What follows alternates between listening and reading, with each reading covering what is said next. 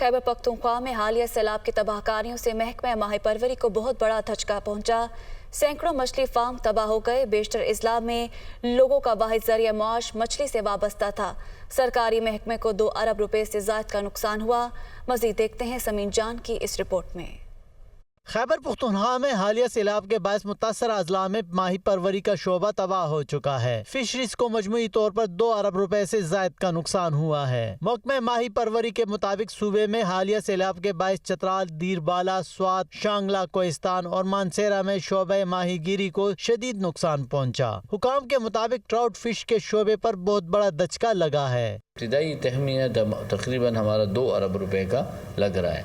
इसके साथ साथ जो ट्राउट फार्मिंग से या ट्राउट फिश की वजह से जो वहाँ पे होटल वगैरह बने थे उनको भी बहुत नुकसान पहुँचा है। वो भी हमारे फार्मर्स वगैरह लोगों ने इस्टेब्लिश किया था।